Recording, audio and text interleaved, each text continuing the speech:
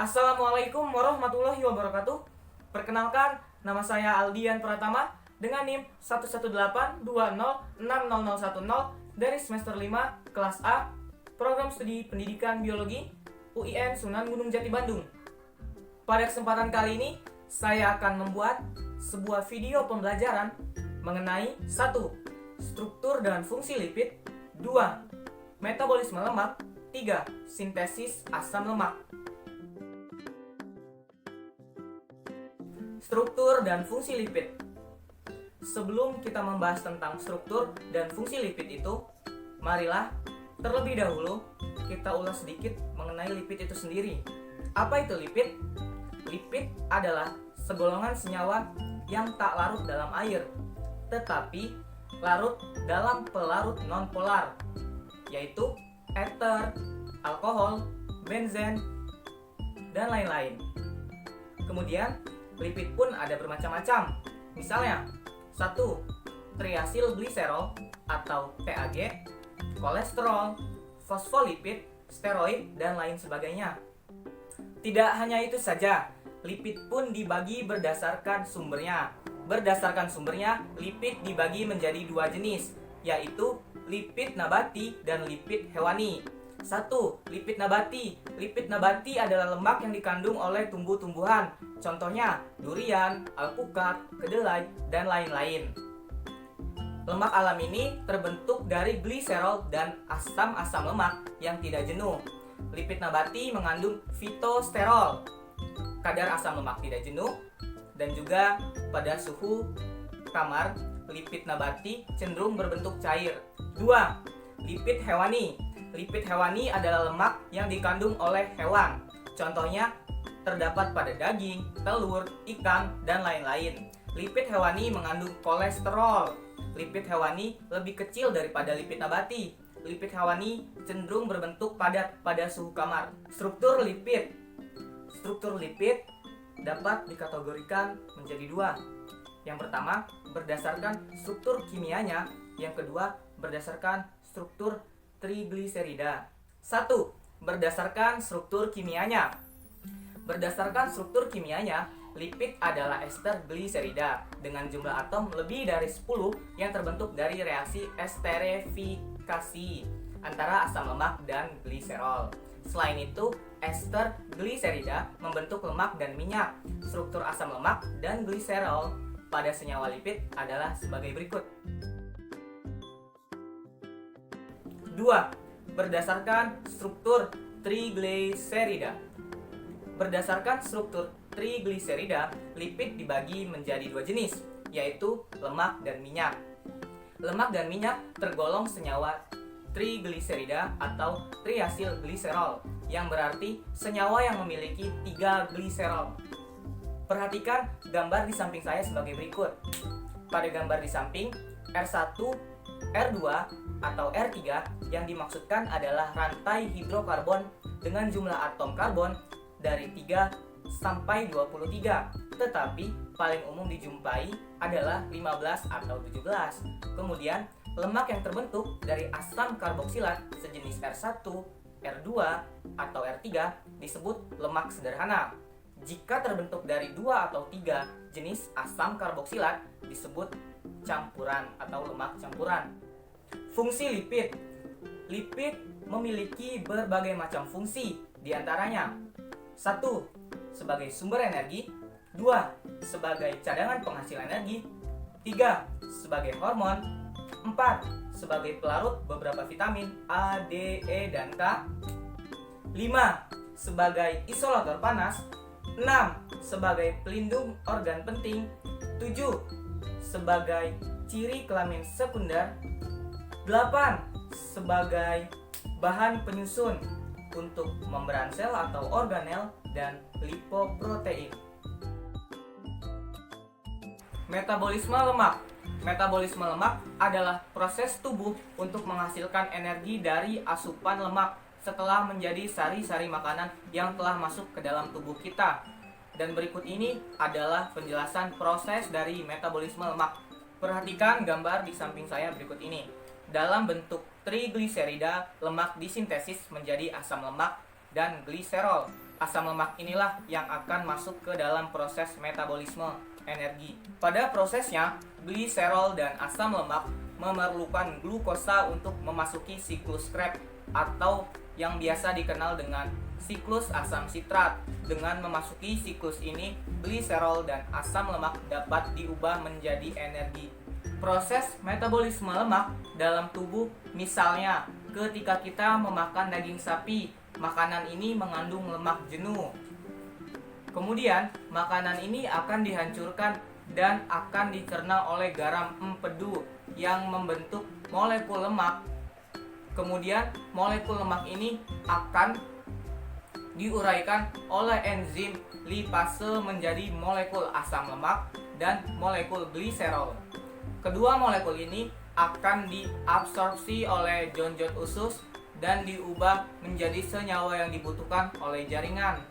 Hasilnya, sebagian besar disimpan dalam jaringan adiposa dan sisanya akan diekskresikan melalui ginjal dan paru-paru di dalam tubuh. Sintesis lipid adalah bagian penting dari metabolisme sel. Yang paling penting dari metabolisme lipid ini adalah sintesis asam lemak, karena asam lemak diperlukan dalam trigliserida. Jalur biosintesis lainnya yang penting adalah sintesis kolesterol, sintesis eicosanoid, dan sintesis sphingolipids. Pada vertebrata, biosintesis asam lemak dikatalis oleh enzim lemak sintase, sebuah multifungsi enzim terletak di sitoplasma.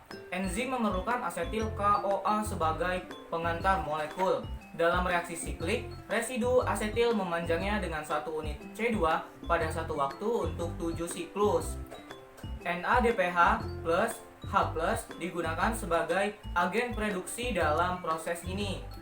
Asam lemak disintesis dengan penambahan 2 unit karbon ke ujung rantai hidrokarbon. Sintesis asam lemak terdiri dari 2 tahap, yaitu tahap awal dan tahap pemanjangan. Tahap awal adalah tahap pertama, yaitu sintesis asetil ACP dan malonil ACP dari asetil CoA. Langkah awal ini melibatkan kondensasi gugus asetil dan malonil untuk membentuk sebuah perkusor 4 karbon. Tahap pemanjangan. Pada tahap kedua ini yaitu tahap pemanjangan, produk dari kondensasi awal dimodifikasi oleh 2 reaksi reduksi dan 1 reaksi dehidrasi untuk menghasilkan hasil ACP. Hasil ACP ini berfungsi sebagai substrat untuk reaksi kondensasi. Tambahan yang menggunakan malonil ACP sebagai donor 2 karbon. Untuk proses rincinya sebagai berikut. Tahap pertama, 1. Sintesis malonil ACP dan asetil ACP. Sintesis malonil ACP dilakukan dalam 2 langkah. Yang pertama adalah karboksilasi asetil CoA dalam sitosol untuk membentuk malonil CoA. Reaksi karboksilasi ini dikatalis oleh bioindependent enzim asetil CoA. Karboksilase menggunakan mekanisme serupa dengan reaksi yang dikatalis oleh karboksilasi pirufat. Aktivasi HCO3- membentuk karboksibiotin bergantung pada ATP. Reaksi ini diikuti dengan transfer CO2 ke asetil CoA membentuk malonil CoA. Langkah kedua dalam sintesis malonil ACP adalah pengangkutan separuh malonil dari koenzim A ke ACP. Reaksi ini dikatalis oleh malonil CoA sama dengan ACP transkilase. ACP transkilase mengubah asetil CoA menjadi asetil ACP. 2. Reaksi awal sintesis asam lemak. Sintesis asam lemak dimulai dengan pembentukan unit 4 karbon yang melekat pada ACP. Molekul ini disebut aseoasetil. ACP yang terbentuk oleh kondensasi dari substrat 2 karbon, asetil CoA atau asetil ATP. Dan 3 karbon substrat atau malonil ACP dengan menghilangkan karbon dioksida.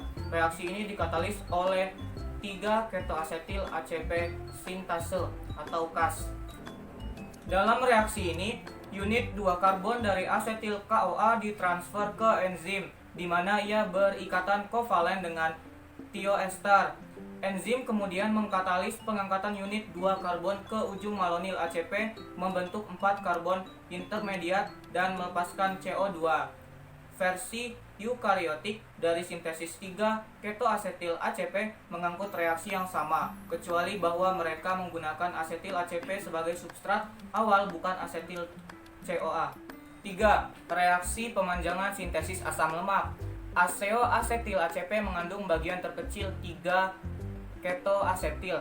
Nama 3 keto ini mengacu pada adanya gugus keton pada posisi C ketiga, atau bisa kita sebut juga atom C ini adalah beta karbon dan produknya disebut bagian beta ketoasil. Enzim kondensasi juga disebut dengan beta ketoasil atau ACP sintase. Untuk mempersiapkan reaksi kondensasi ini, selanjutnya bagian 3 ketoasil yang teroksidasi harus dikurangi menjadi bentuk asil dengan transfer elektron dan proton ke posisi atom C ketiga. 3 reaksi terpisah yang diperlukan. Dalam pengurangan pertama, keton diubah menjadi alkohol. Langkah kedua adalah penghilangan air oleh dehidratase menghasilkan ikatan rangkap. Akhirnya, reduksi kedua menambahkan hidrogen untuk menciptakan gugus asil yang terreduksi. Produk akhir dari langkah reduksi ialah dehidrasi, dan reduksi ini adalah asil ACP yang memiliki 2 karbon lebih panjang. 4.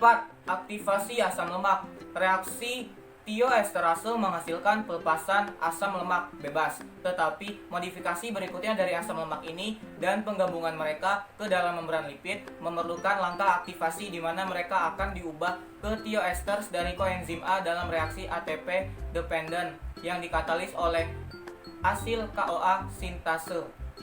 Pirofosfat yang dilepaskan pada reaksi ini dihidrolisis menjadi 2 molekul fosfat oleh pirofosfatase. Akibatnya 2 ikatan fosfoanhidrit atau setara dengan 2 ATP dibutuhkan untuk membentuk tioester CoA dari asam lemak. Umumnya bakteri memiliki asil KOA sintetase tunggal, tetapi pada mamalia setidaknya ada 4 asil KOA sintetase isoform yang berbeda. Setiap enzim yang berbeda mempunyai spesifik panjang asam lemak rantai tertentu, pendek, kurang dari C6, menengah C6 sampai C12, panjang lebih dari C12, atau sangat panjang lebih dari C16. Mekanisme reaksi aktivasi sama dengan mekanisme yang digunakan untuk sintesis asetil KOA dari asetat dan KOA. 5. Perluasan dan penjenuhan asam lemak. Jalur sintesis asam lemak tidak dapat membuat asam lemak yang lebih panjang dari 16 atau 18 karbon. Asam lemak yang lebih panjang dibuat dengan memperpanjang palmitoyl KOA atau stearoyl KOA. Enzim yang mengkatalis ekstensi tersebut dikenal sebagai elongases, dan mereka menggunakan malonyl KOA sebagai sumber dari 2 karbon pemanjang. Asam lemak tak jenuh disintesis di bakteri dan eukariota, tetapi jalurnya sangat berbeda. Pada tipe 2 sistem sintesis asam lemak, bakteri ikatan rangkap ditambahkan ke rantai ketika panjangnya mencapai 10 atom karbon. Reaksi ini dikatalis oleh enzim khusus. Mamalia dapat mengubah linoleat ke arachidonyl KOA dengan serangkaian reaksi desaturasi dan elongasi sebagai berikut pada gambar di samping. Pada gambar di samping terdapat arakidonat. Arakidonat ini berasal dari fosfolipid, adalah prekursor eikosanoid. Mungkin cukup sekian yang dapat saya sampaikan. Apabila terdapat kekeliruan dalam penyampaian, saya mohon maaf. Saya akhiri, wabillahi taufik wal hidayah. Wassalamualaikum warahmatullahi wabarakatuh. Terima kasih.